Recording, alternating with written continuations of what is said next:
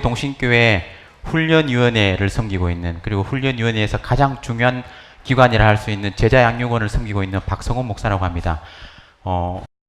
강을 앞두고 우리 교사분들이 어저께 오후에 이렇게 나오셔가지고 테이블 세팅 다 하고, 현수막 저는 뭐 매년 썼으면 이 낭비하는 게 싫어가지고 제 이름 빼고 매년 쓸 수 있도록 날짜 넣지 말고 이렇게 했으면 좋겠는데, 이름까지 이렇게 넣어가지고 이렇게 해주시고, 그 간식도 막 이렇게 오늘 풍성하게 준비해 주시고, 교사분들은 너무 잘 준비해 주셨는데, 문제는 이제 저만 잘하면 되는데, 그게 이제 제가 이제 큰 부담입니다. 그 준비를 하면서 우리 제자양육원에는 이제 신앙생활을 이제 하신 지 몇 개월 되지 않으신 이제 초신자분들도 계시고, 또 신앙생활을 10년 이상, 20년 이상 하신 분들도 계시고, 또 제자양육원의 교사분들도 계시기 때문에 청중이 이 스펙트럼이 너무 이렇게 넓어서 어떤 말씀을 준비해야 되나 참 고민이 많았는데 열심히 준비했습니다. 오늘 말씀을 통해서 정말 우리 여러분들의 인생 가운데 하나님의 뜻을 발견하면서 하나님의 인도를 경험하는 귀한 삶이 되시기를 주님의 이름으로 축원합니다.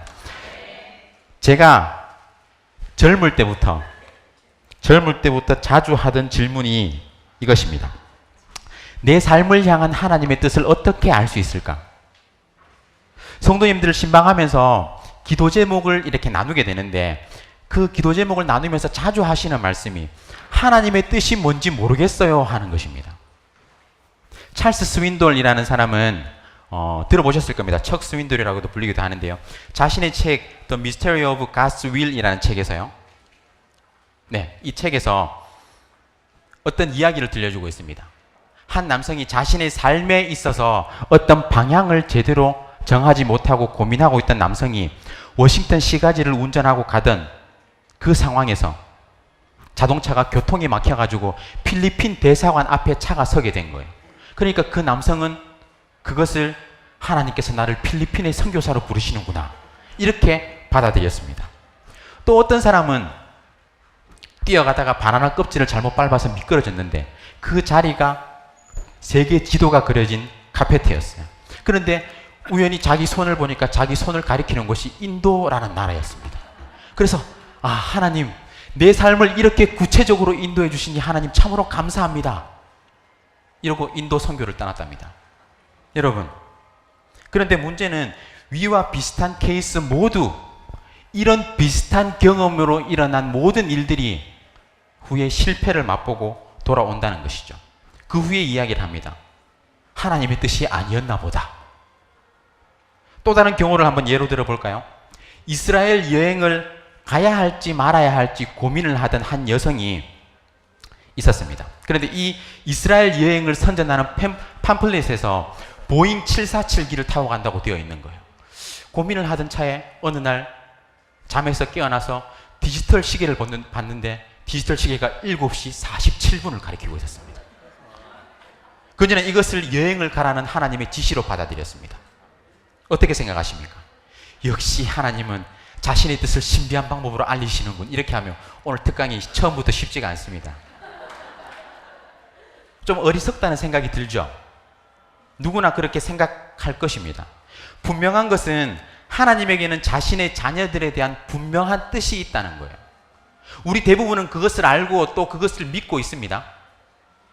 성경은 예수님을 향해서 우리의 선하신 목자라고 이야기합니다. 그분은 우리의 이름을 부르고 또 우리의 길을 인도하신다라고 이야기합니다. 그러나 우리는 인생의 갈림길에서, 인생의 선택의 순간에서 하나님의 계획이 무엇인지 알 수 없어서 답답해할 때가 종종 있습니다. 테이블 위에서 주사위를 감춰놓고 빠른 손놀림을 통해 가지고 그 주사위가 어디 있는지 알아맞추게 하는 것처럼 하나님께서 하나님께서 자신의 뜻을 우리에게 감추시는 것 같습니다. 마치 하나님이 숨바꼭질 하듯이, 보물찾기 하듯이 자신의 뜻을 감추고 우리로 하여금 인생을 살아가면서 그 뜻을 발견하도록 그렇게 요구하시는 것 같아요. 그리고 저 높은 곳에서 쳐다보시면서 내 뜻이 뭔지 모르겠지, 한번 잘 찾아봐. 어떻습니까? 우리 하나님이 이런 하나님이실까요? 많은 그리스도인들이 하나님의 뜻을 알기 위한 방법으로 여러 가지 수단을 제시하고 실제 생활에서 또 그렇게 살아갑니다. 하지만 안타깝게도 그런 가르침은, 그런 방법은 전혀 성경에 부합하지 않는 그런 가르침이에요. 과연 하나님의 뜻은 무엇입니까? 하나님의 뜻을 간단하게 설명해주고 우리의 실제 생활에 적용할 수 있도록 가르쳐주는 그런 원리, 방법은 없을까요? 저는 성경을 통해 그런 원리들을 발견했습니다. 그리고 오늘 이 제자양육 특강에서 그 핵심 원리를 공개하고자 합니다. 좀 기대가 되십니까? 삶의 핵심은 선택과 결정입니다. 선택의 연속이라고 이야기하죠. 결정의 연속. 미네소타 대학의 심리학 교수 에릭 클링거라는 교수는 우리가 매일 300개에서 최소한 300개에서 17,000개에 이르는 선택, 결정을 하면서 살아가고 한다고 합니다. 당장에 오늘 몇 시에 일어날지 그것부터 시작해서 아침에 무엇을 먹을 것인지, 오늘 교회에 갈 때 무슨 옷을 입을 것인지, 오늘 제자양육은 특강 교사가 꼭 오라 하는데 아침에 1시간에 일찍 일어나야 되는데 꼭 이 특강을 갈지 말지 이런 것들, 이런 소소한 결정들부터 시작해서 어떤 직장을 구해야 할지, 어떤 학교에 다녀야 할지, 어떤 이성을 만나야 할지, 어떤 사람과 결혼해야 할지. 지금 그거 고민하시는 분은 없죠? 지금 다 결혼하셨으니까. 우리의 자녀들의 삶을 생각하면서도 이 아이가 어떤 방향으로 진로를 결정해야 하는지, 이런 큰 인생의 큰 문제들에 이르기까지 이제 오늘 이 시간 이후부터 여러분은 주어진 특정한 상황에서 하나님의 뜻을 분별하고 어떤 결정을 내려야 되는지 알 수 있습니다. 이제 그러한 것들에 대해서 전혀 염려할 필요가 없습니다. 오늘 특강을 마치고 저한테 너무 고마워해가지고 저한테 개인적으로 밥 사고 싶은 사람이 생길 수 있습니다. 그런데 제가 주중에 너무너무 바빠요. 그래서 제가 그 마음만 제가 받도록 하겠습니다. 이 제자양육은 오늘 특강을 통해서 한 1시간 반 정도 되거든요. 1시간 20분, 30분 정도 될 겁니다. 이 특강을 통해서 여러분의 인생에서 하나님의 뜻을 발견해 나갈 수 있기를 주님의 이름으로 축원합니다. 이 세상의 모든 사람들이, 이 세상에 살아가는 모든 사람들이 자연 세계와 스스로의 본성에 이끌려서 초자연적인 존재를 믿는 그 믿음을 가지고 살아가고 있습니다. 누구나 마찬가지라는 거예요. 그래서 성경은 이야기합니다. 하나님을 알만한 것이 그 속에 보임이라. 그 누구도 핑계치 못한다 그랬습니다. 이 세상 누구나 초월자의 그 존재에 대한 감각을 가지고 살아간다는 것이죠. 그래서 이방인들도, 심지어 하나님을 모르는 이방인들이라 할지라도 자기에게 익숙한 방법으로 초월자의 뜻을 찾고자 합니다. 그래서 먼저 이방인들이 사용한 방법을 살펴보면 성경적인 방법을 구별할 수가 있어요. 이방인들이 사용한 첫 번째 방법은 제비뽑기입니다. 제비뽑기는 초월자의 생각을 알기 위한 점술 행위의 하나였어요. 작은 돌이나 자갈, 막대기 이런 것들을 활용했을 겁니다.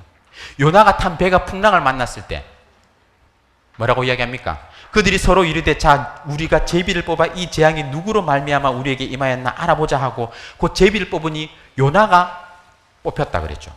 선원들은 누가 죄를 지었고 벌을 받아야 마땅한지를 알기 위해서 신의, 초월자의 구체적인 지시를 원했습니다. 그들이 숨겨진 사실을 찾아내서 바다에 빠져 죽는 것을 피하는 데 사용한 방법이 바로 제비뽑기였다는 거예요. 두 번째 이방인들이 사용한 방법은 뭐냐면요, 막대기점입니다. 에스겔 21장 21절에 보면 이런 말씀이 나옵니다. 바벨론 왕이 갈래길 곧 두 길 어귀에 서서 점을 치되 화살들을 흔들어 우상에게 묻고, 바벨론 왕이 예루살렘을 침략하려고 왔지만 군대를 어느 길로 끌고 들어가야 할지를 몰랐던 거예요. 확신이 서지 않았습니다. 그래서 바벨론 왕은 결정을 내리기 위해서 화살을 가지고 점을 쳤던 겁니다. 화살을 들어 올려가지고, 화살을 던져가지고 땅에 어느 쪽으로 방향을 가리키는가, 그것들을 보고 이 길로 군대를 이끌고 가자, 이렇게 이야기했던 것이죠. 오늘날도 비슷한, 어릴 때 한번 해보셨어요? 흡사 우리가 어릴 때 어느 길로 갈지 침투 뱉어가지고 탁 쳐가지고 어느 길로 갈지 이렇게 해보신 경험 있으시죠? 그땐 재미로 했지만 이방인들이 그렇게 그와 비슷한 방법을 썼다는 거예요. 화살을, 막대기점을 이용해서. 세 번째는요, 간점입니다. 간점. 메소포타미아 지역, 그 지역에서 가장 대중적인 점술 행위는 제물로 바쳐진 그 동물의 간을 살피는 간점이었습니다. 에스겔 본문에도 나오죠. 아까 우리가 본 에스겔 본문. 화살들을 흔들어 우상에 묻고 희생제물의 간을 살펴서 라고 나옵니다. 이방인들은 그 동물의 간에 모든 지성의 그 어떤 기억과 감정 이런 것들, 지성이 다 그곳에 간에 들어있다고 믿었습니다. 간을 아주 중요하게 생각했어요. 그래서 간을 살피는 온갖 기술을 창안해냈습니다. 오늘날에도 비슷하죠. 간을 엄청나게 중요하게 생각하잖아요. 그래서 우리가 모든 게 간 때문이라고 이야기하고, 간 때문이야 뭐 이런 노래도 있잖아요. 간점을 사용했다는 거. 네 번째 이방인들이 사용한 방법은 드라빔입니다. 드라빔. 들어보셨죠? 드라빔은 신이나 동물의 형상을 한 작은, 집에서 갖고 있는 작은 간의 우상이었습니다. 창세기 31장에는 이런 말씀을 있습니다. 그때 라반이 양털을 깎으러 갔으므로 라헬은 그의 아버지의 드라빔을 도둑질하고, 구약 성경에 보면 야곱의 아내 라헬이나 사울 왕을 비롯한 많은 이스라엘 백성들이 집안에 드라빔을 두고 있었습니다. 그 우상을 모시고 있었어요. 그것으로 어떤 초월자의 뜻을 알고자 했습니다. 그런데 스가랴에는 이런 말씀이 나옵니다. 드라빔들은 허탄한 것을 말하며 복술자는 진실하지 않은 것을 보고 거짓 꿈을 말한지. 그래서 요시야 왕은, 우리가 잘 아는 개혁한 그 요시야 왕은 개혁을 일으키면서 무엇을 했습니까? 우상과 드라빔과 우상과 그 모든 가장한 것을 다 없애버렸어요. 다섯 번째는, 이방인들이 사용한 다섯 번째 방법은 점성술입니다. 사제들과 학식이 있는 사람들은 별들을 통해 가지고 신의 뜻을 알 수 있다라고 생각했습니다. 점성술의 전제는 이거예요. 신이 하늘에 거하시기 때문에 하늘에 있는 별이 신의 생각을 나타낸다라고 생각했던 겁니다. 하지만 이사야 선지자는 뭐라고 이야기합니까? 하늘을 살피는 자와 별을 보는 자와 초하룻날에 예고하는 자들에게 일어나 내게 임할 그 일에서 너를 구원하여 보라. BC 550년경에 포로로 잡혀간 유다인들을 위로하면서 바벨론의 점성술사들을 조롱한 거예요. 그것으로 알 수 있나 한번 해봐라 이거죠. 여섯 번째는 수점입니다. 수점, 수점. 물에 나타나는 징후로 점을 치는 거예요. 이것은 개인의 미래에 대한 신의 뜻을 헤아리는 데 사용된 가장 오래된 그 방법이었습니다. 요셉이 청지기를 시켜서 자신의 형제 베냐민의 그 자루에 은잔을 숨기게 한 사건 기억하십니까? 그때 이렇게 이야기하죠. 이것은 내 주인이 가지고 마시며 늘 점치는 데 쓰는 것이 아니냐라고 얘기했습니다. 요셉이 실제 은잔을 가지고 점을 치지는 않았을 겁니다. 그런데 그 당시 고대인들은 그릇에 남아있는 물의 흔적, 자국을 이용해 가지고 그 당시 개인의 미래를 점치는 데 사용을 했다는 겁니다. 마지막으로 각종 사술입니다. 하나님은 이스라엘에게 명령하셨죠. 점을 치지 말고 술법을 행하지 말고 신접한 자와 박수를 믿지 마라. 사울 왕은 블레셋 족속과 전쟁을 하기 전에 그 전날 밤에 엔돌에 있는 신접한 여인에게 죽은 사무엘 선지자의 혼령을 불러 오도록, 그래서 전쟁의 승운을 알고자 했습니다. 이런 것들이 각종 사술이에요. 그렇다면 요즘은 어떻습니까? 요즘 사람들이 양의 간이나 동물의 간이나 마시고 난 뒤에 물컵을 보면서 어떤 점을 칠까요? 그렇게 하지는 않습니다. 어리석게 생각하겠죠. 하지만 불행하게도 이런 고대의 이교도들이 사용한 점술 행위가 오늘날에는 전혀 새로운 형태로 활기를 치고 있습니다. 예를 들어서 현대 천문학은 점성술이 거짓이라는 것을 명백하게 드러냈지만 그 매혹적인 힘은 수그러들지 않았습니다. 신문이나 잡지에 보면은 점성술 운세를 소개하고요. 그 사람의 띠에 따라 가지고 그날의 운세를 점치도록 그렇게 보도록 합니다. 타로 카드나 수정구의 판매가 급증했다고 해요. 어떤 명상이나 환각을 일으키는 그 약물을 통해 가지고, 약물을 먹고 그것을 통해 가지고 신의 뜻을 알도록 하는 그러한 그것과 관련된 책들이 많이 팔리고 있습니다. 사이비 집단이 기승을 부릴 뿐만 아니라 초심리학과 초자연적인 그러한 것들에 대한 관심이 폭증하고 있습니다. 그런데 이러한 점술 행위는 모두 사람들을 혼란에 빠뜨리는, 혼돈에 빠뜨리는 이교적인 방법이라는 것이죠. 그렇다면 성경의 위인들은, 성경의 믿음의 위인들은 어떻게 하나님의 뜻을 발견했을까요? 구약 성경에 나타난 구약 성경에 하나님의 사람들이 하나님의 뜻을 발견한, 분별한 그 방법이 어떤 것인지 한번 살펴볼 필요가 있습니다. 간단하게 한번 살펴보면 첫 번째는요, 선지자들을 통해서입니다.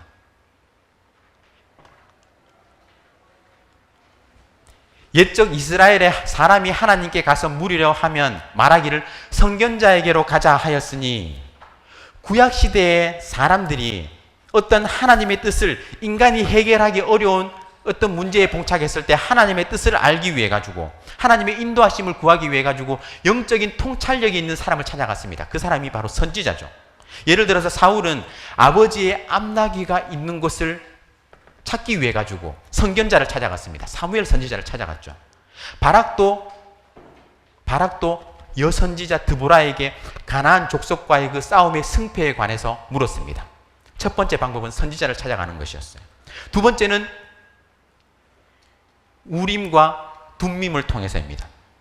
제사장은 우림과 둠밈을 사용해서 이스라엘 백성을 향한 하나님의 뜻을 판단했습니다. 그런데 우리가 우림과 둠밈이 정확히 무엇인지 우리가 알 수는 없습니다. 성경에 자세히 기록되어 있지 않고 간접적으로만 그것에 대해서 이야기하고 있기 때문이에요.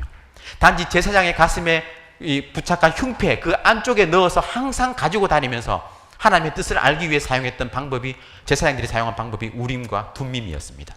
그리고 세 번째로 제비뽑기입니다. 이 제비뽑기는 이방인들이 초월자의 뜻을 알기 위해서 사용한 방법이기도 합니다. 그런데 잠언은 말씀합니다. 이 말씀 들어보신 적 있을 거예요.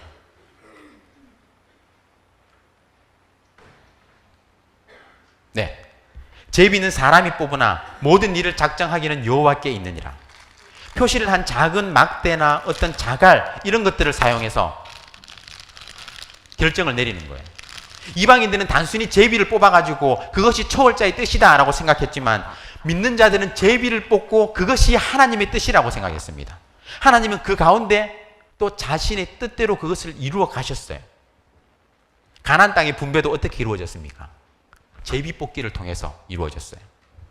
그리고 11명의 제자들도 가룟 유다가 죽고 난 뒤에 가룟 유다를 대신할 한 명의 사도를 뽑을 때 제비 뽑기를 통해서 마띠아를 뽑았죠. 네 번째는요, 꿈과 환상입니다. 꿈과 환상을 통해서 하나님은 모세와 아론과 미리암에게 이렇게 말씀하셨습니다. 내 말을 들으라. 너희 중에 선지자가 있으면 나 여호와가 환상으로 나를 그에게 알리기도 하고 꿈으로 그와 말하기도 하거니와. 하나님은 꿈속에서 요셉에게 그의 모든 형제가 요셉에게 절할 것을 보여주셨습니다. 꿈을 통해서 알려주셨죠. 그리고 신약시대에도 꿈을 이용해서 마리아의 남편 요셉에게 예수님이 태어날 것과 또 헤롯의 만행에 대해 가지고 예고해 주기도 하셨습니다. 꿈과 환상을 이용하셨어요. 다섯 번째는요, 표징입니다. 표징. 초자연적인 표징, 표적, 기적 이런 것들을 통해서 알리셨어요. 이삭의 아내를 구하라는 지시를 받고 떠났던 아브라함의 종이 대표적인 사례입니다. 그는 목적지에 도착하자 이렇게 기도하죠. 자기가 나가가지고 청하건대 어떤 여자를 만났을 때 청하건대 물동이를 기울여서 나로 마시게 하라 하고 나에게 마시게 하면, 그리고 내가 끌고 온 낙타에게도 그 물을 마시게 하면 이 사람이 하나님이 정하신 사람이다 라는 것을 깨닫고 그 사람을 택하겠다라고 그렇게 기도를 했습니다. 그런데 놀랍게도 그 기도를 마치자 리브가가 진짜 그 우물 곁에 나타나가지고 기도한 그 내용대로 그대로 행했어요. 아브라함의 종은 하나님이 택하신 자가 이 사람이구나 라고 판단을 했습니다. 또 다른 유명한 표징이 뭐가 있을까요? 기드온 이야기 기억나세요? 기드온 이야기. 기드온은 양털에 관한 이야기가 있습니다. 하나님의 명령에 대한 확신이 서지 않았던 기드온은 하나님께 구하죠. 선뜻 복종하지 못하고 하나님의 표징, 기적을 요구했습니다. 뭐냐면 처음에는 양털만 이슬로 젖게 하고 나머지 땅은 마르게 하는 기적이었어요. 하나님께서 그런 기적을 보여주셨습니다. 그 후에는 기드온은 또다시 기적을 요구합니다. 양털은 마르게 하고 주변의 땅들은 다 젖는 그 반대되는 기적, 하나님께서 그러한 기적을 보여주셨습니다. 지금까지 살펴본 여러 가지 방법들, 하나님의 뜻을 알기 위해 이방인이 사용한 방법들 기억하시죠? 제비뽑기, 막대기점, 간점, 드라빔, 점성술, 수점, 각종 사술, 이런 것들을 우리가 사용할 수 있겠습니까? 누구나 이에 대해서 고개를 저을 것입니다. 그렇다면 구약 성경의 방법들은 어떻습니까? 구약에서 우리가 짧게 살펴본 선지자, 우림과 둠밈, 제비뽑기, 꿈과 환상, 표징, 선지자는 더 이상 우리 가운데 존재하지 않습니다. 우림과 둠밈도 우리에게 없어요. 어떤 것인지도 몰라요, 우리는. 제비뽑기도 사실 좀 애매합니다. 남는 건 꿈과 환상, 그리고 표징이죠. 그러다 보니 오늘날 많은 사람들이, 그리고 심지어 신실한 그리스도인이라 할지라도 어떠한 꿈과 환상, 이런 초자연적인 방법에 현혹되는 거예요. 초자연적인 방법에 영향을 받게 되는 겁니다. 내가 지난밤에 꿈을 꿨는데 집사님 아들이 글쎄 이번에 대학에 합격한대. 단기 선교를 갈까 말까 고민하고 있던 집사님이 설거지를 하다가 그릇을 떨어뜨려서 깨버렸어요. 아, 이거는 단기 선교를 가지 말라는 하나님의 뜻이구나. 어떻게 생각하십니까? 결론적으로 말하면요, 하나님은 더 이상 하나님의 뜻을 알리기 위해서 구약시대 때 사용하셨던 방법을 더 이상 사용하지 않습니다. 이것도 X를 쳐야 되죠. 더 이상 사용하지 않는다는 거예요. 선지자 우림과 둠밈 우리에게 없습니다. 제비뽑기는 사도 마띠아를 뽑을 때 마지막으로 사용되고 난 후에 더 이상 언급되지 않습니다. 신약교회에서 신약시대의 전통으로, 교회의 전통으로 계속해서 이어지지 않았다는 것을 이야기하죠. 그리고 꿈과 환상도 예수님의 탄생이나 베드로가 이방인 고넬료에게 마음의 문을 열기 위해 가지고 그런 마음의 문을 열기 위한 방법으로 사용된 이후에는 사용되지 않았습니다. 표징, 기적 또한 마찬가지입니다. 기드온이 얻은 놀라운 표징은 그가 강한 믿음을 소유했다는 증거가 아니라 오히려 그의 믿음이 부족했다, 그의 믿음이 연약했다라는 것을 알리는 증거였습니다. 저는 하나님께서 그런 능력, 기적을 일으키실 능력이 없다라고 이야기하는 것이 아닙니다. 하나님은 오늘날 더 이상 그런 방식으로 일하시지 않는다는 거예요. C.S. 루이스는요, 기적이라는 책에서 자신이 이렇게 이야기했습니다. 기적을 믿지 않는 세계관을 지닌 사람은 그 어떤 기적에 의해서도 마음이 변화하지 않는다라고 이야기했습니다. 그런 사람은 기적을 우연의 일치나 아직 인간이 이해하지 못하는 초자연적인 현상으로 받아들일 뿐입니다. 그렇기 때문에 예수님은 악하고 음란한 세대가 표적을 구하나 무엇밖에 보여줄 게 없다고요? 선지자 요나의 표적밖에 보여줄 것이 없다라고 이야기하셨습니다. 표적, 기적, 표징으로는 이 세대가 더 이상 하나님을 의식하지 않고 인정하지 않기 때문입니다.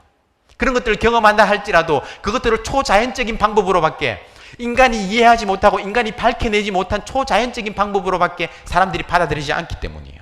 따라서 하나님은 모세와 예수님의 경우처럼 기적을 통해서 어떠한 세계의 역사를 바꿀 수 있는 그런 최선의 방법, 그것이 최선의 방법일 때, 그리고 엘리사와 엘리야의 경우처럼 이방 종교를 응징해야 할 필요가 있을 때, 그런 때에만 기적을 베푸십니다. 특별한 경우, 오늘날 복음이 극적으로 전파되는 선교지와 같은 그러한 상황에서는 하나님께서 오늘날도 기적을 일으키시기도 합니다. 그런데 일반적인 경우, 우리의 일반적인 삶과 관련해서는 하나님은 그렇게 일하시지 않는다는 거예요. 구약시대에서 신약시대로 넘어오면서 하나님께서 자신의 백성들을 인도하시는 방법이 획기적으로 바뀌었습니다. 왜냐하면 하나님의 뜻을 정확하게 알 수 있는 다른 방법, 완전한 방법을 우리에게 주셨기 때문이에요. 하나님께서 자신을 알리시는 것을 계시라고 이야기합니다. 장사에서 오늘 계시했다, 이 계시가 아니고 여의 이 계시, 일깨워줄 게 보일 시, 하나님께서 자신을 보여 나타내시는 것, 그것을 계시라고 이야기합니다. 태초에 하나님과 함께 계셨던 말씀이 육신이 되어서 우리 가운데 오셨습니다. 누구입니까? 예수님이시죠. 예수님이 우리 가운데 오셨어요. 그 예수님을 통해서 우리는 하나님을 알 수가 있습니다. 예수님은 나를 본 자는 누구를 보았다라고 이야기했습니까? 아버지를 보았다라고 이야기했어요. 하나님은 예수님을 통해서 자신을 알리셨습니다. 계시하신 것이죠. 하지만 예수님은 우리를 위한 대속사역, 우리를 대신해서 십자가를 지시고 우리의 죄를 대신 사하시고 난 뒤에 어떻게 하셨어요? 하늘로 올라가셨습니다. 승천하셨어요. 우리 가운데 더 이상 계시지 않습니다. 그렇다면 우리가 하나님의 뜻을 알 수 있는 그 하나님을 나타내시는 그 예수님이 하늘로 올라가시기 때문에 우리가 더 이상 하나님을 알 수 없을까요? 하나님을 알 수 있는 그 계시의 방법이 없습니까? 아니에요. 그 계시의 완성이 바로 하나님의 말씀, 성경인 겁니다. 계시의 완성. 오순절 이후에 성령 하나님께서 강림하시고 각기 믿는 자의 마음 가운데 내주하시면서 여러분들 모두가 예수 그리스도를 영접하셨을 때 여러분의 마음 가운데 성령 하나님이 내주하십니다. 그 성령 하나님이 내주하시면서 계시의 완성으로 주신 성경 말씀을 읽을 때 그 말씀을 밝히 깨달아 알도록 그 성령 하나님께서 그것들을 조명하시는 은혜, 그 성령 하나님께서 여러분의 마음 가운데 거주하시면서 하나님의 말씀, 하나님을 알도록 그렇게 인도하신다는 거예요. 하나님의 말씀 한마디 한마디에 하나님의 뜻이 분명하게 나타나 있습니다. 오늘 제시하는 오늘 제가 알려드리는 이 성경적인 원리들을 살펴보고 실제 삶에 적용하면 상상할 수 없는 놀라운 결론이 여러분들의 삶을 바꿀지도 모릅니다. 주중에 제가 너무 바쁘다 그랬습니다. 제가 마음만 받을게요. 그렇다면 이제 하나님의 뜻을 발견하는 성경적인 방법을 한번 살펴볼까요? 하나님의 뜻을 발견하는 성경적인 방법. 출발점입니다. 우리는 흔히 우리가 실제 겪는 문제에서부터 출발합니다. 삶의 선택의 순간 둘이나 셋 중에서 어떤 것을 선택해야 할지 거기에서 하나님의 뜻을 우리가 찾고 있습니다. 그런데 거꾸로 출발해야 합니다. 거꾸로. 처음부터 시작해야 해요. 처음부터. 출발점은 하나님의 말씀을 통해서 우리에게 무엇을 원하시는가 그것부터 우리가 먼저 알아야 된다는 겁니다. 하나님의 뜻이 무엇일까요? 베드로는 하나님의 뜻이라는 개념을 우리에게 분명하게 소개하고 있습니다. 베드로후서 3장 9절 말씀에 보면요. 주의 약속은 어떤 이들이 더디다고 생각하는 것 같이 더딘 것이 아니라 오직 주께서는 너희를 대하여 오래 참으사 아무도 멸망하지 아니하고 다 회개하기에 이르기를 원하시느니라 라고 했습니다. 어떤 사람들은 조롱하는 투로 이렇게 말을 했던 거예요. 도대체 예수가 재림한다는데 도대체 언제 이 땅에 오는 거야? 너희 광신자들이 맨날 예수님이 온다고 하면서 돌아다니는데 도대체 언제 예수님이 이 땅에 온다는 거야? 완전 양치기 소년들이구만. 믿을 수가 없다. 이런 자들을 향해서 베드로가 뭐라고 이야기합니까? 주님께서 약속을 더디 지키시는 것이 아니다. 너희들은 홍수의 심판을 잊어버렸다. 언젠가는 이 세상에 마지막이 올 것이고 하나님께서 불로 심판할 때가 올 것이다 라고 이야기합니다. 다른 말로 하면 지금까지 하나님께서 이 세상을 심판하신 것을 자기의 삶에서 경험하지 못했다고 해서 앞으로 그 심판이 임하지 않을 것이라고 생각해서는 안 된다라는 것입니다. 하나님의 약속이 더딘 것은 하나님이 능력이 없어서가 아니라 또는 하나님이 신실하지 않아서가 아니라 우리 중에 아무도 멸망치 않고 다 회개하기를 원하시기 때문에 하나님께서 그것을 늦추시는 것이다 라고 이야기하는 것이죠. 하나님의 뜻 가운데 가장 첫 번째 되는 것은요, 하나님께서 우리를 향해서 가장 첫 번째로 원하시는 그 하나님의 뜻은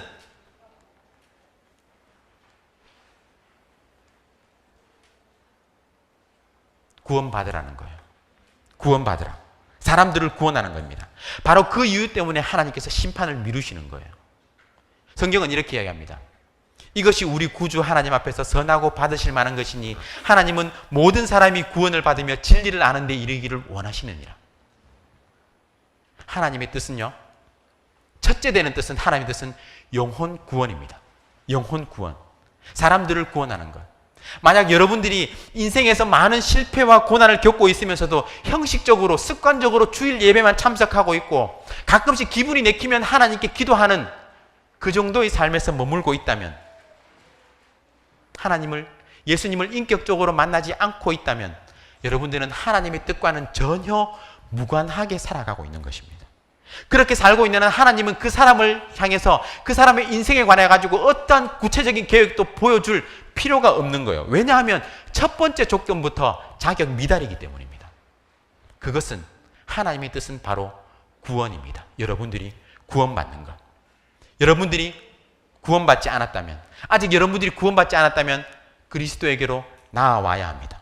그리고 이미 구원받았다면 구원의 메시지를 들고 다른 사람들에게 나아가야 되는 거예요. 그것이 하나님의 뜻입니다. 세상 어딘가에는 예수 그리스도를 필요하는 사람들이 아직도 많기 때문이에요. 하나님은 그들이 구원받기를 원하시며 우리는 그 복음을 운반하는 수단이 되어야 합니다. 그것이 바로 하나님의 뜻입니다. 여러분들은 하나님의 뜻이 무엇인지 모르겠어요 라고 이야기하겠지만 저는 분명하게 하나님의 뜻을 알고 있습니다.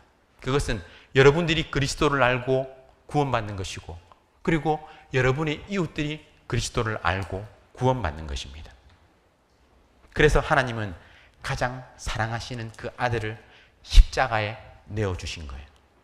십자가는 하나님의 그 사랑의 깊이를 보여주면서 하나님이 얼마나 사람들을 구원하시기를 원하시는지 보여주는 방법인 것이죠. 여러분이 구원받는 것, 그것이 바로 하나님의 첫 번째 되는 하나님의 뜻입니다. 두 번째는요, 이겁니다. 제가 성경 구절을 읽고 이야기를 할게요. 만약 우리가 예수님을 믿고 구원받은 자인데도 여러분들이 예수님께로 나와가지고 하나님을 알고 예수 그리스도를 영접하고 구원을 받은 자들인데도 불구하고 하나님의 뜻을 알지 못한다면 왜 그럴까요? 무엇이 문제일까요? 그것은 여러분들이 어리석어서 그렇습니다. 좀 심한 말 같죠? 이 말씀, 그러므로 어리석은 자가 되지 말고 오직 주의 뜻이 무엇인가 분별하라 라고 했습니다. 이 말씀은 주의 뜻이 무엇인가 이해하지 못하는 사람들을 향해서 어리석은 사람이라고 이야기하고 있습니다. 어리석은 자가 되지 않을 수 있는 방법, 주의 뜻을 분별하는 방법은 바로 이 구절 바로 뒤쪽에 나와 있습니다. 무엇일까요? 성경을 많이 보신 분들이라면 알 수 있습니다. 술 취하지 말라. 이는 방탕한 것이니 오직 성령으로 충만함을 받으라. 만약 여러분이 하나님의 뜻을 알기를 원한다면 첫 번째로 구원받아야 합니다. 그리고 두 번째, 성령으로 충만해야 합니다. 하나님의 말씀이 그렇게 말하고 있어요. 많은 그리스도인들이 내가 누구와 결혼해야 하는지 잘 모르겠습니다. 하나님은 내가 어떤 직장을 가져야 하는지, 내가 어떤 비즈니스를 시작해야 하는지, 내가 어떤 물건을 구입해야 하는지, 내가 어느 곳으로 이사를 가야 하는지 나에게 보여주시지 않습니다. 나는 잘 모르겠어요. 하나님께서 왜 나에게 이런 것들을 알려주시지 않는지 난 잘 모르겠습니다. 이런 사람들의 특징이 뭐냐면 성령으로 충만하지 않다라는 것입니다. 성령으로 충만하다라는 것이 무엇일까요? 아주 추상적인 말이죠. 성령으로 충만하다. 이것이 무엇을 가리킬까요? 우리가 구원받았을 때, 즉 우리가 예수 그리스도를 영접하면 성령이 우리에게 오셔서 우리 가운데 거하십니다. 성령이 함께하지 않는 그리스도인은 아무도 없습니다. 여러분들 모두에게 성령 하나님께서 함께 하십니다. 그래서 누구든지 그리스도의 영이 없으면 그리스도의 사람이 아니라라고 이야기하죠.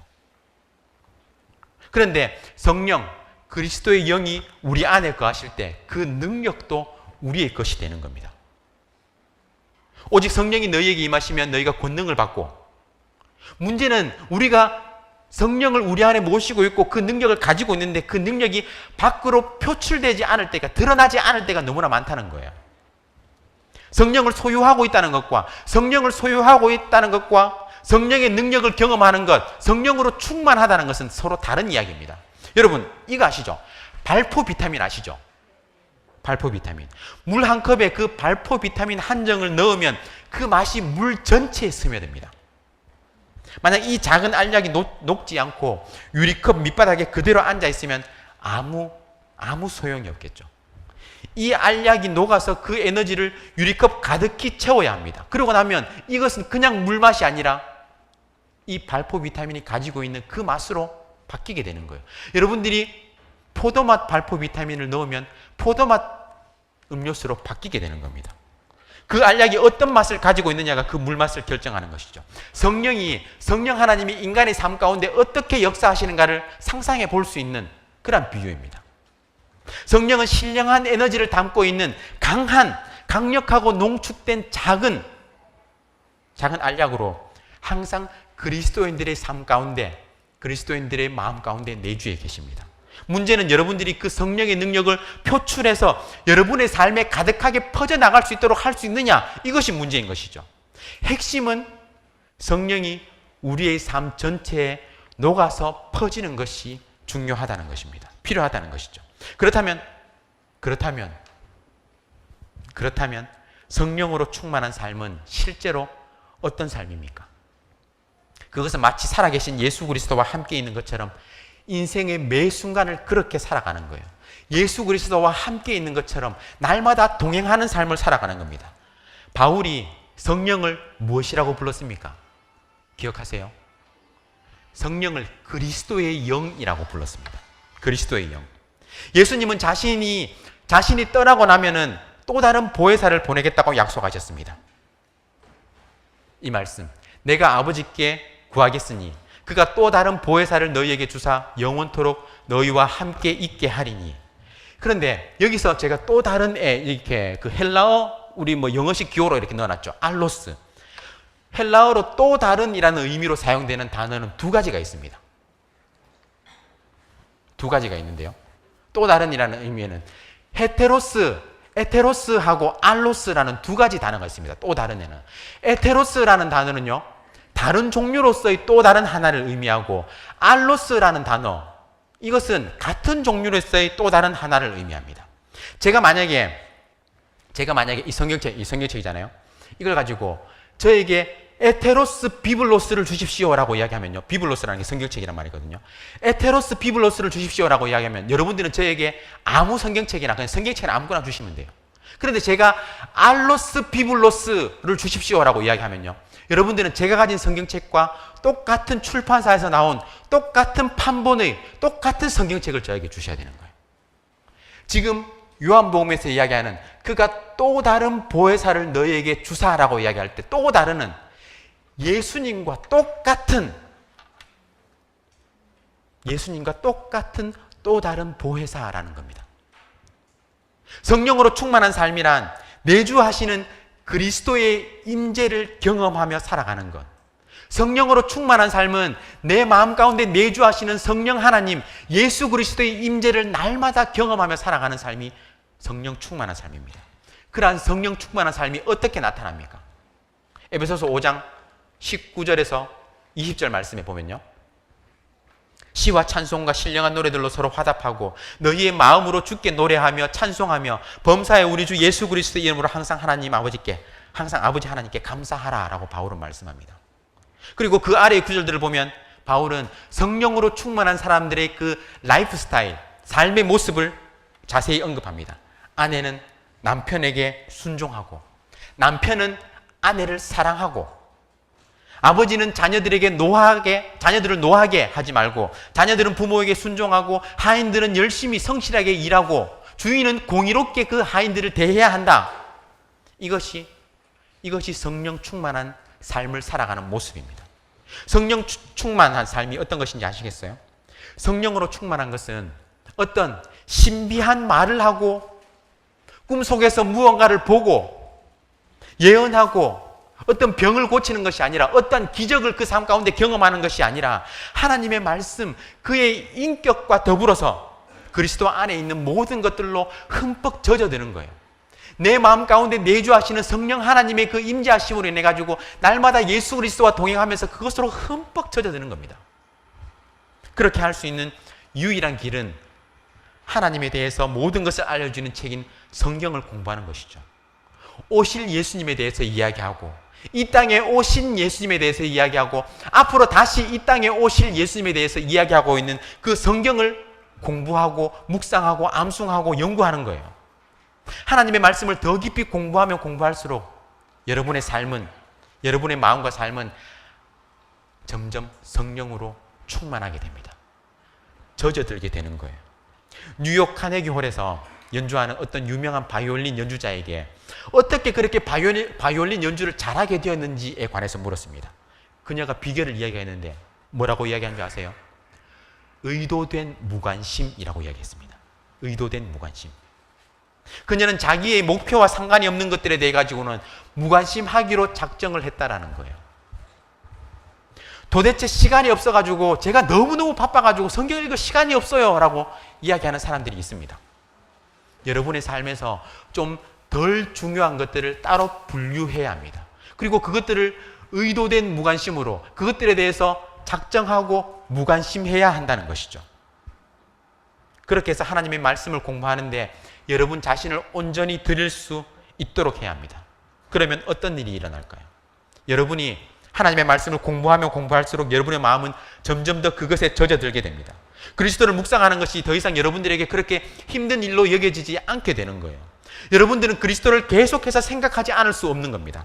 왜냐하면 성경 말씀을 읽을 때 계속해서 그 말씀이 나에게 예수님에 관해서 하나님에 관해서 계속해서 알려주기 때문이에요. 여러분이 마음만 먹는다고 해가지고 성령 충만한 삶을 즉각적으로 살아갈 수는 없습니다. 여러분이 그리스도에 대한 생각에 젖어 살 수 있는 유일한 방법은 하나님에 대해서, 예수님에 대해서 기록하고 있는 이 성경 말씀을 읽는 것, 그것밖에 없다는 것입니다. 그것이 바로 성령 충만한 삶이고 그것이 바로 여러분들을 향한 하나님의 뜻입니다. 지금까지 하나님의 뜻에 관해 가지고 제가 두 가지를 이야기했습니다. 첫 번째가 무엇이었습니까? 여러분들이 구원받는 것입니다. 그리고 두 번째는요, 여러분들이 성령으로 충만한 것. 그것이 여러분들을 향한 하나님의 뜻입니다. 제가 5분만 쉬었다가요, 그 이후에 제가 세 가지 방법을 더 말씀드릴 텐데 실제적인 방법으로 나아갈 겁니다. 기대하시고. 자, 5분만 쉬었다가 지금 제가 정각 11시에 화장실만 잠깐 다녀오세요. 화장실만 다녀오시고 11시에 바로 시작하도록 하겠습니다. 이렇게 알려주고 있어요. 첫 번째는 무엇이냐면요, 간음을 끊으라 라는 것입니다. 3절에 보면 하나님의 뜻은 이것이 너희의 거룩함이라 곧 음란을 버리고 라고 말합니다. 성적인 죄를 멀리 하라는 거예요. 이 말은 성 자체를 피하라는 말이 아닙니다. 성적인 죄를 멀리 하라는 겁니다. 잘못된 성적인 행동을 저지르지 말라라는 것이죠. 또한 그러한 것들로부터 자기 자신을 지켜야 한다라고 이야기합니다. 그리스도인들 중에는 성적인 죄를 저지르지 않으면서 그냥 단순히 보는 것은 괜찮지라고 생각하는 사람이 있을 수 있습니다. 그런데 그 모든 것을 포함하는 거예요. 성이란 것은 하나님이 만드신 것이고 분명한 그 만드신 목적이 있습니다. 그 목적 안에서 성이란 것은 선한 것이죠. 하나님은 아름다운 부부관계를 위해서 성을 만드셨습니다. 그 외에는 그 어떠한 다른 의도가 전혀 없다는 것이죠. 성적인 부정에 빠져 사는 사람이 하나님 나에게 당신의 뜻을 보여주십시오 라고 말하는 것이 말이 되겠습니까? 안 되겠습니까? 어처구니가 없는 일이에요. 성경이 하나님의 뜻이라고 분명하게 보여주고 있는 것도 행하지 않고 있으면서 어떻게 하나님의 뜻을 보여달라고 이야기할 수 있겠습니까? 성적인 부도덕을 멀리해야 합니다. 그것이 거룩하고 순결하라는 그 하나님의 뜻을 따르는 실제적인 방법이에요. 두 번째, 순결에 관한 두 번째 원리는 몸을 다스리라는 겁니다. 데살로니가 전서 4장 4절은 이렇게 말씀합니다. 각각 거룩함과 존귀함으로 자기의 아내 대할 줄을 알고. 그런데 제가 아내라는 말에 스케오스 이렇게 헬라어를 넣어놨잖아요. 이 스케오스라는 말은 1차적인 그 사전적인 의미는 물건, 그릇, 몸이라는 그런 의미가 있습니다. 그래서 NASB라는 성경 영어 버전이 있어요. 그 버전에 보면은 NASB는 문자적으로 아주 직역을 하거든요. 문자적으로. 그렇게 하다 보니까 NASB는 어떻게 번역을 하냐면은 이것을 자기의 그릇, vessel이라고 하는 그릇으로 이렇게 번역을 하고 있습니다. 그런데 이것들을 좀 더 전후 문맥을 이렇게 파악하면서 그것들을 이렇게 번역하는 그 다른 ESV나 NIV, 넷바이블 그리고 유진 피터슨의 메시지 같은 경우에는 이것을 뭐라고 번역하냐면 몸이라고 번역해요. 바디, 몸. 자기의 몸 대할 줄을 알고. 그런데 우리나라 제가 한글 성경을 다 찾아봤어요. 한글 성경 모두가 이것을 어떻게 번역하냐면은 이것을 아내라고 번역하고 있습니다. 왜냐하면 앞뒤 문맥에서 이 데살로니가 전서 4장의 앞뒤 문맥에서 3절하고 5절 여기서 어떤 세욕, 어떤 음란 이런 것들, 음란을 버리고 세욕을 따르지 말라라고 하니까 이것을 아내와의 관계에서 확대 적용한 거예요. 그런데 정확하게 번역을 하면 자기의 몸 대할 줄을 알고 존귀함과 거룩함으로 자기의 몸을 대할 줄 알아라는 겁니다. 바울이 말하려고 하는 것은 우리가 우리의 몸을 잘 다스려야 한다라는 것입니다. 그것이 순결입니다. 우리는 우리의 몸을 잘 지킴으로써 하나님을 영화롭게 해야 하는 거예요. 거기에는 옷을 적절하게 입는 것과 우리의 몸으로 하는 모든 여러 가지 것들이 다 포함이 됩니다. 단순히 성적인 것들에만 해당되는 것이 아니라 우리의 유욕과 관련한 그 모든 것이 포함된다는 것이죠.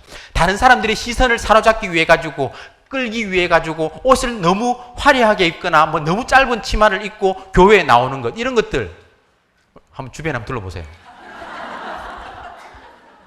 이런 것들이 하나님의 영광을 가릴 수 있는 거예요. 식탐, 음식을 탐하는 것 또한 하나님을 영화롭게 하지 못하는 것일 수 있습니다. 제가 지금 농담하는 거 아니에요. 농담하는 거 아닙니다. 진짜 성경 말씀, 자기의 몸을 거룩함과 존귀함으로 자기의 몸을 대하라 그랬습니다. 식탐, 음식을 탐하는 것도 하나님을 영화롭게 하지 못하는 겁니다. 죄가 될 수 있어요. 왜냐하면 식탐은 음식에 대한 탐욕을 절제하지 못하는 것이기 때문이에요. 음식을 즐기는 것하고 음식을 탐하는 것하고 이건 다른 겁니다. 아시죠? 저도 음식 좋아합니다. 좋아하는데 음식을 탐하는 거하고 다른 거예요. 하나님의 영광을 가리고 육체를 즐겁게 하는 것 중에 하나님의 뜻이라고 볼 수 있는 것은 아무것도 없습니다. 실제적인 순결에 관한 세 번째 원리는요, 공의로 대하라라는 겁니다. 공의로 대하라. 그 다음 말씀에 보면 분수를 넘어서 형제를 해하지 말라.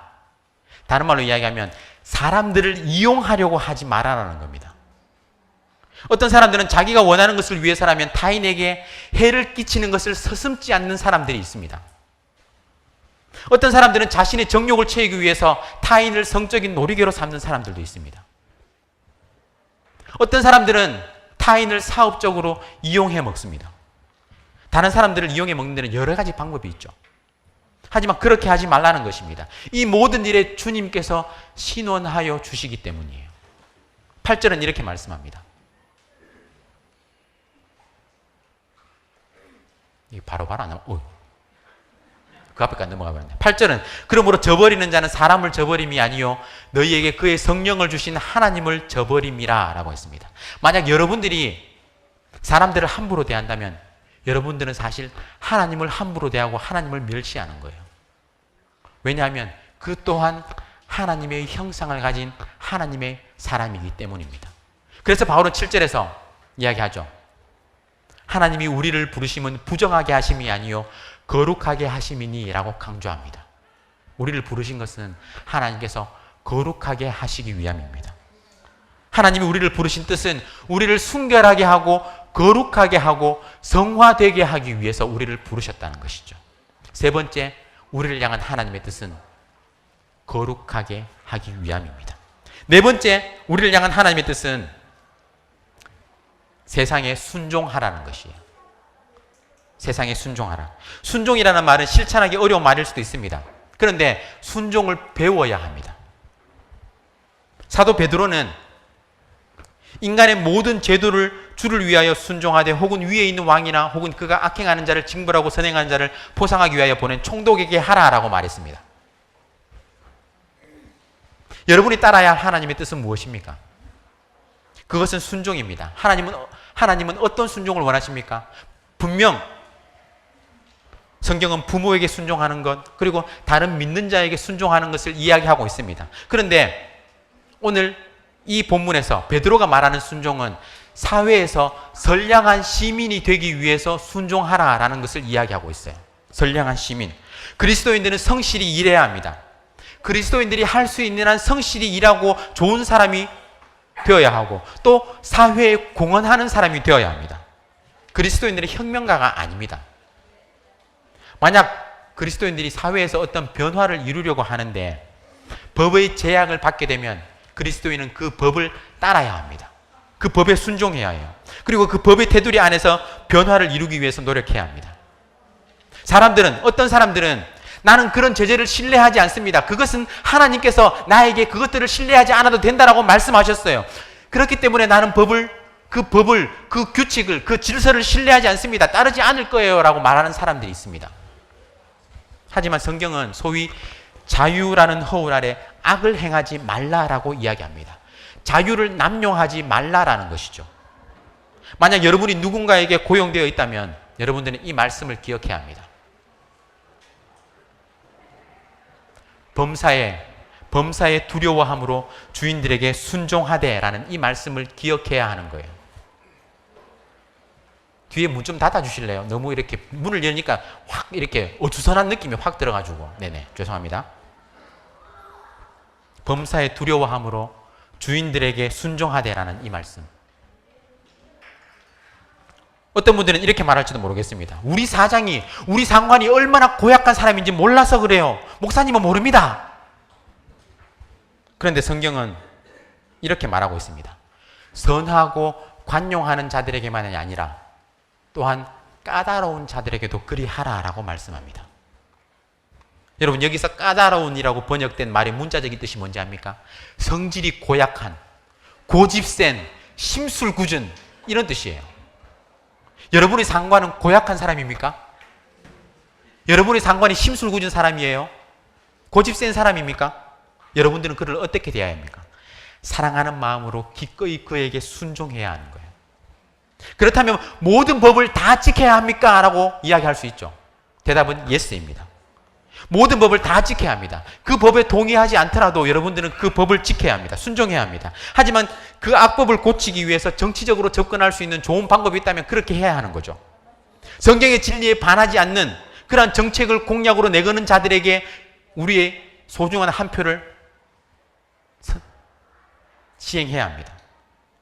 청와대 청원을 통해서라든지 서명을 통해서든지 여러 가지 방법이 있겠죠. 그렇지만 그러한 법이 고쳐지기 전까지는 그 법에 순종해야 합니다.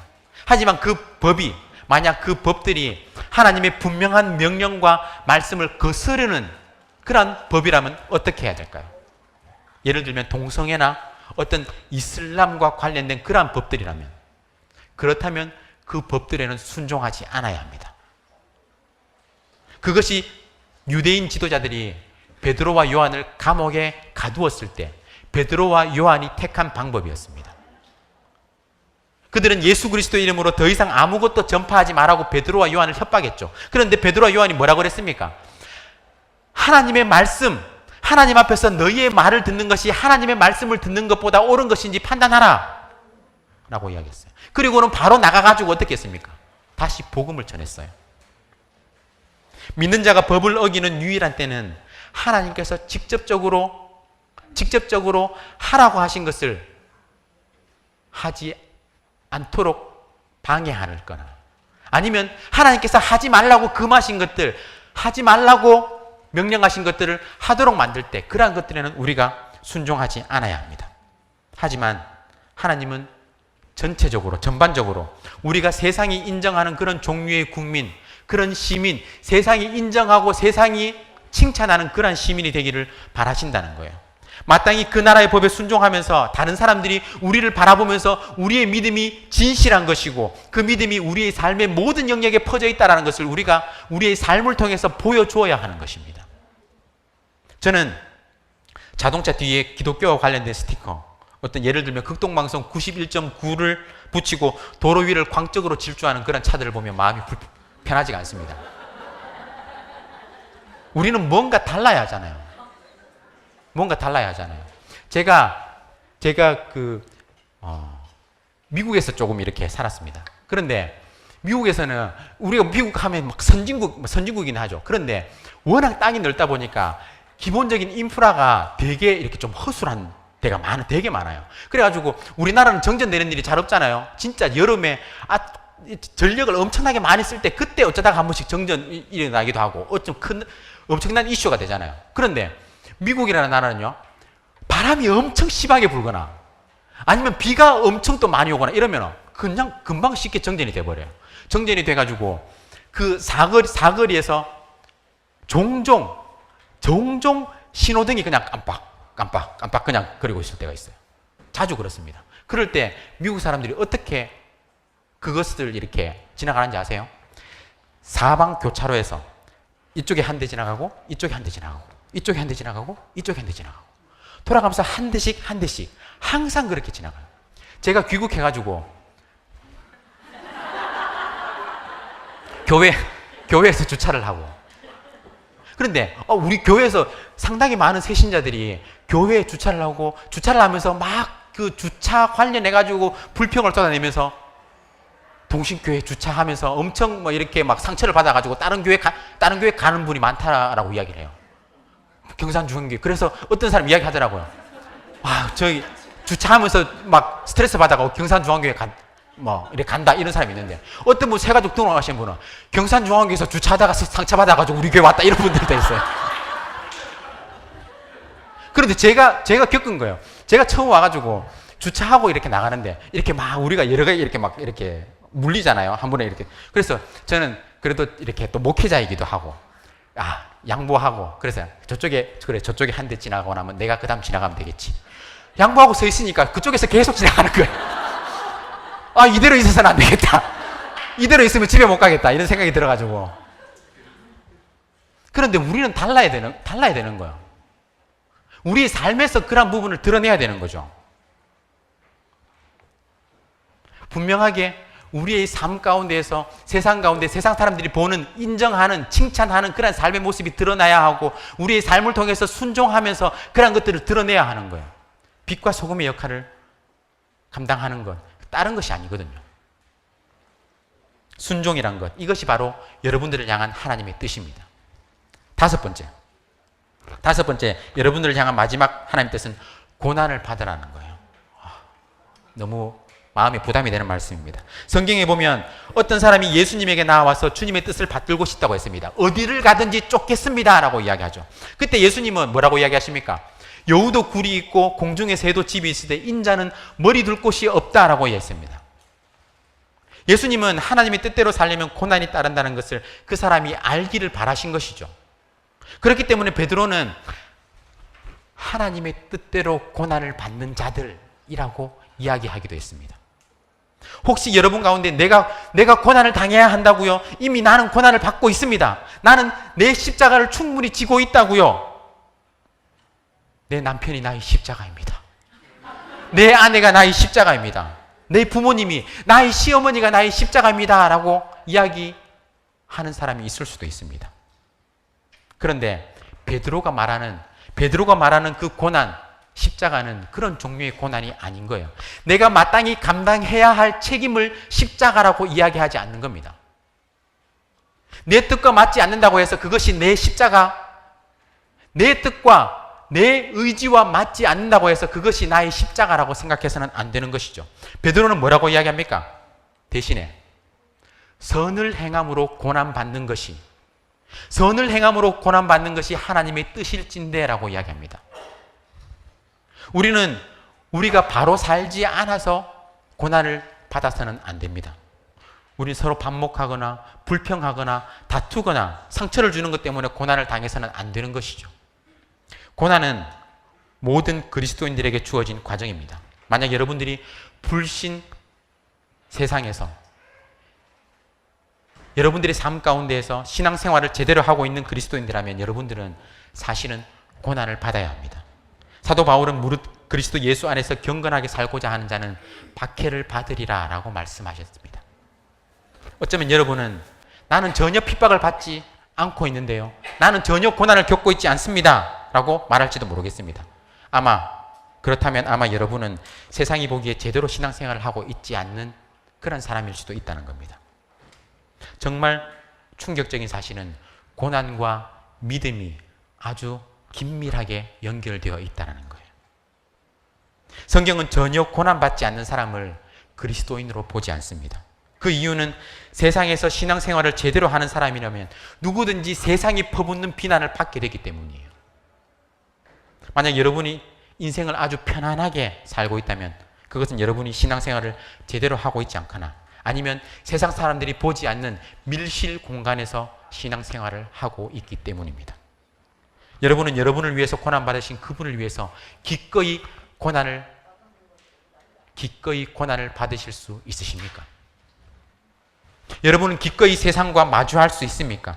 그리스도인답게 살아감으로써 고난받는 것, 이것이 바로 하나님의 뜻이라는 것입니다. 지금까지 5가지 원리를 기억하십니까? 하나님의 뜻은 여러분들이 구원받는 것이고 여러분들이 성령 충만한 것이고 또 거룩해지는 것이고 여러분들이 순종하는 것이고 그리고 고난 받는 것입니다. 하나님의 말씀이 이 모든 것을 분명하게 말씀하고 있어요. 이제 궁금하시죠? 내 자녀가 어떤 학교에 가야 하는지, 어디로 이사 가야 하는지, 누구와 결혼해야 하는지, 어떤 직업을 가져야 하는지 그것들에 대해서 말해준다고 했잖아요. 그것들에 대해서 궁금해하고 왔는데 그것들에 대해서 이야기해준다 그랬잖아요. 이제 마지막 원리를 제가 말씀드리겠습니다. 이 원리를 들으면 여러분들이 지금 앉아있는 여러분의 자리에서 놀라서 펄쩍펄쩍 뛸지도 모릅니다. 만약 여러분들이 위에서 언급한 5가지 기본적인 원리들을 다 이행하고 있다면, 그렇게 하나님의 뜻대로 살아가고 있다면 하나님의 뜻에 관한 마지막 원리는 이것입니다. 여러분이 원하는 것은 뭐든지 다 하라는 것입니다. 만약 하나님의 뜻에 대한 이 5가지 요소들에 대해 가지고 이 5가지 요소들이 여러분의 삶 가운데 이행되고 있다면 누가 여러분의 마음의 소원을 주장하시겠습니까? 말씀 볼까요? 너희 안에서 행하시는 이는 하나님이시니 자기의 기쁘신 뜻을 위하여 너희에게 소원을 두고 행하게 하시나니 라고 말씀합니다. 하나님은 인간이 가진 모든 종류의 갈망을 다 만족시켜 주실 것이라고 이야기하지 않습니다. 하지만 만약 여러분이 하나님의 뜻을 쫓아 살아가고 있다면, 하나님의 뜻을 이행하며 살아가고 있다면 하나님은 여러분에게 의로운 갈망을 주실 것이라는 거예요. 그리고 하나님은 각 개인의 뜻에 부합하는 결정을 내리도록 이끄시고 그런 마음의 소원을 이룰 수 있도록 그러한 능력을 여러분들에게 허락하실 것입니다. 하나님이 일하시는 중요한 원리를 하나 알려드릴까요? 하나님이 일하시는 중요한 원리. 전혀 움직이지 않는 트럭의 핸들을 돌려서 트럭의 방향을 바꿔 보신 적 있으십니까? 시동이 꺼진 차의 핸들을 돌려보신 적 있으세요? 돌아갑니까? 안 돌아갑니까? 그것은 아주 힘든 일입니다. 그 트럭을 조금만 움직이려고 해도 거대한 크레인과 체인이 필요하겠죠. 튼튼한 체인이.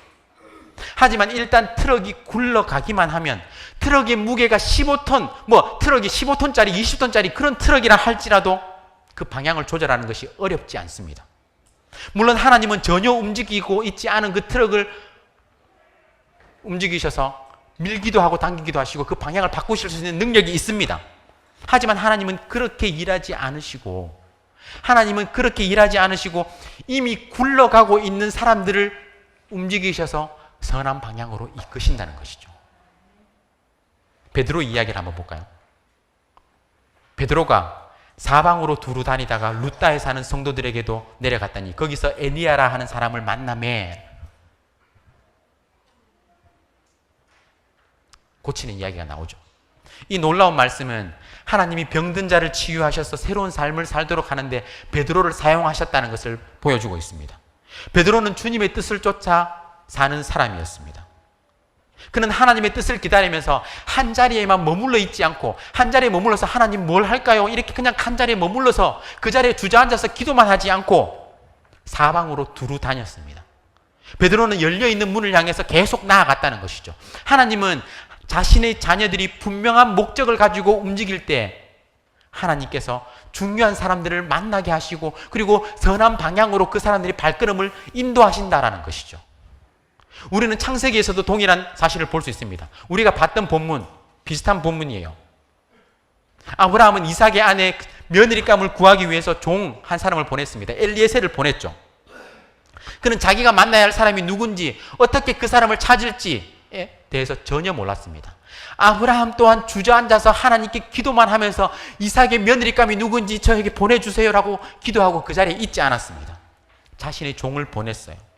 엘리에셀은 주인의 명령을 섬기기 위해서 일단 길을 떠났고 하나님께 기도했습니다. 그러자 하나님께서는 그 모든 길을 선한 길로 인도하셨어요. 순적하게 사람을 만나도록 인도하셨습니다. 하나님이 인도하실 것을 믿고 일단 발걸음을 내딛는 것이죠. 그리고 기도하면서 하나님이 그 완전하신 뜻 가운데로 여러분을 인도하시도록 그렇게 믿고 나아가야 하는 겁니다. 바울 또한 하나님의 인도하심과 하나님의 뜻을 확실하게 경험했습니다. 바울의 전도의 여행에 대해서 너무나 잘 알고 있죠, 우리는. 바울은 예수 그리스도의 복음을 전하기 위해서 계속해서 나아갔습니다. 하나님의 구체적인 뜻을 그는 알지는 못했지만, 어디로 가야 할지 알지는 못했지만 계속해서 그의 발걸음이 닿는 대로 서쪽을 향해서 계속해서 나아갔다는 거예요. 그가 분명한 목적을 가지고 움직였을 때 하나님께서 핸들을 움직이셔서 그가 어디로 가야 할지 계속해서 그 방향을 이끄셨습니다. 우리가 잘 알듯이 소아시아로 가고자 할 때 성령께서 아시아로 가고자 하는 그 바울의 길을 막으셨습니다. 어떻게 막으셨는지는 우리가 자세히 알지는 못해요. 어쨌거나 하나님이 그 길을 막으셨어요. 막힌 문으로 인해서 그들의 방향은 바뀌었습니다. 지도를 한번 볼까요?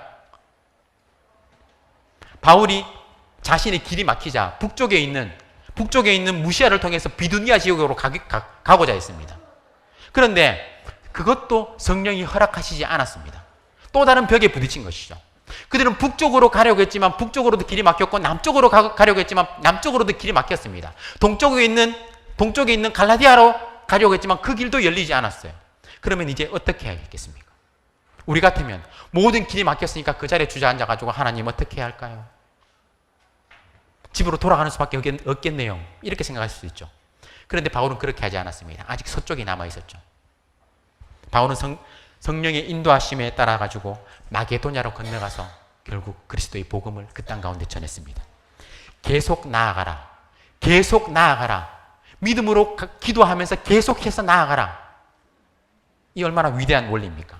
많은 사람들이 그냥 가만히 주저앉아 가지고 나는 하나님이 나에게 뭘 원하시는지, 내가 뭘 하기를 원하시는지 모르겠습니다 라고 말하면서 하늘나라 크레인이 그냥 자기의 방향을 옮겨주기를 그냥 주저앉아서 원하고만 있습니다. 하지만 먼저 움직여서 나아가야 합니다. 그럴 때 하나님은 하나님이 보시기에 가장 좋은 방법대로 그것들을 선한 길로 이끌어 주시는 거예요. 그렇게 핸들을 조정해 주시는 겁니다. 하나님의 뜻을 안다는 것은 막다른 골목에 이를 때까지 좁은 길을 따라서 의지적으로 그렇게 앞으로 나아가는 겁니다. 그 시점에서 하나님은 문을 활짝 열어주시는 거예요. 문이 열릴 때 주변을 두리번거려서는 안 됩니다. 그냥 그 길로 나아가는 거예요. 제가 아이를 데리고 미로 체험을 한 적이 있습니다. 아이는 미로 안에 들어가고 어른들은 높은 곳에서 높은 위에 이렇게 올라가가지고 아이들이 어떻게 그 미로를 이렇게 헤쳐나가는지 이렇게 보는 거예요. 그 미로는 막힌 문도 있고 거울도 있고 투명한 유리벽으로도 되어 있어가지고 아이들이 막 그 미로를 찾아 이렇게 나가는데 막 이렇게 부딪히고 돌아가고 이렇게 하는 거예요.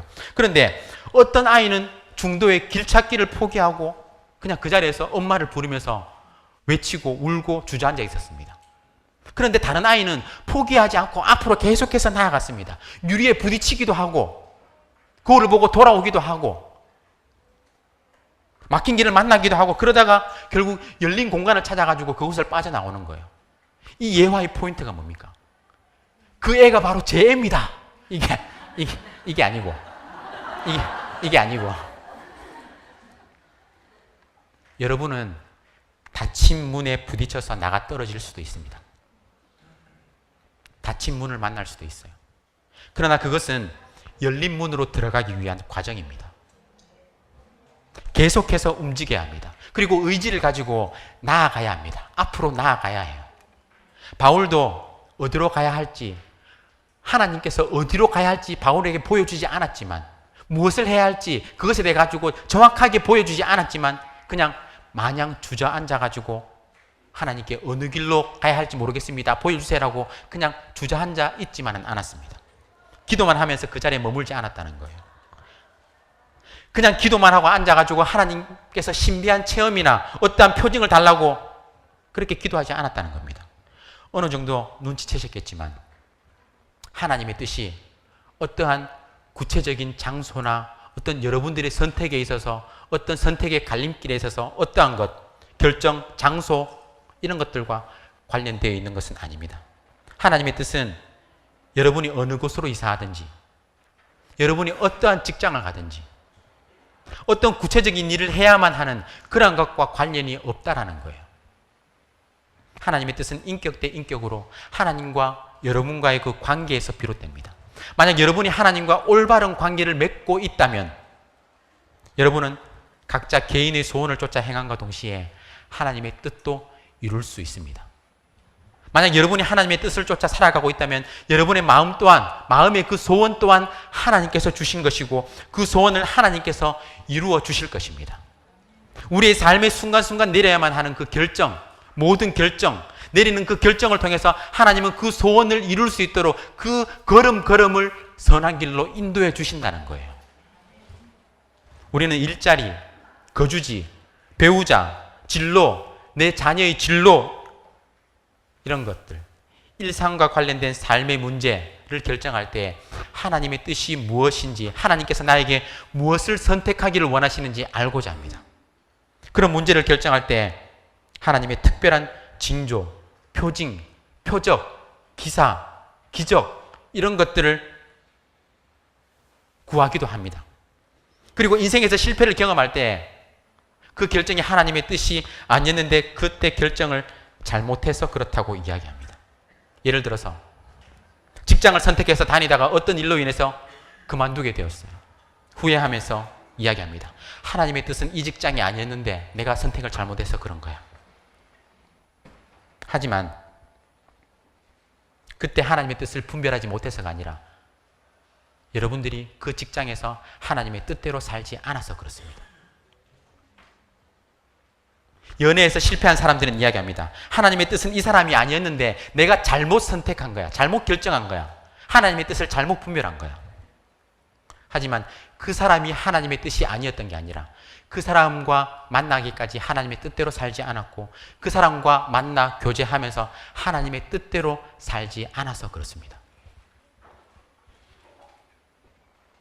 우리의 어떠한 결정에 있어서 하나님이 미래를 정해 놓으셨고 우리가 그것을 발견해서 선택해야 한다는 것, 그것은 운명론입니다. 결정론이에요.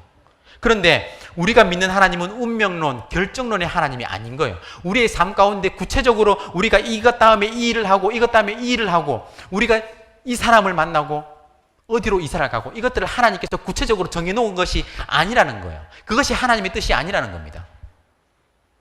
그분의 뜻을 쫓아 살아가는 그 자녀들의 삶에 자유의지를 주시고 또 그 모든 걸음을 합력하여 선한 길로 이끄시는 분이 우리의 아버지 하나님입니다. 우리는 이것을 하나님의 섭리라고 이야기합니다. 하나님의 섭리.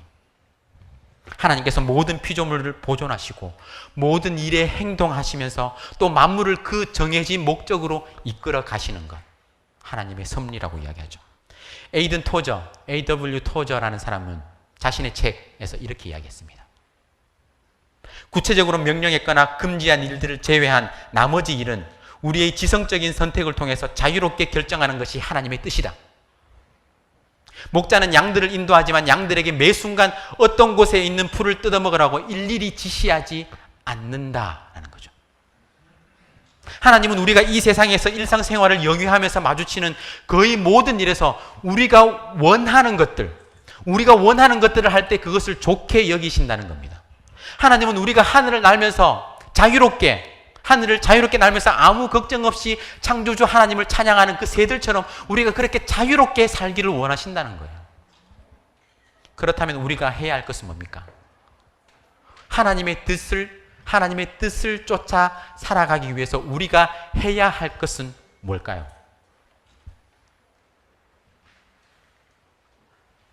첫 번째, 우리의 문제를 주님 앞에 가져가서 우리를 옳게 인도하는 그분의 약속에 호소하는 거예요.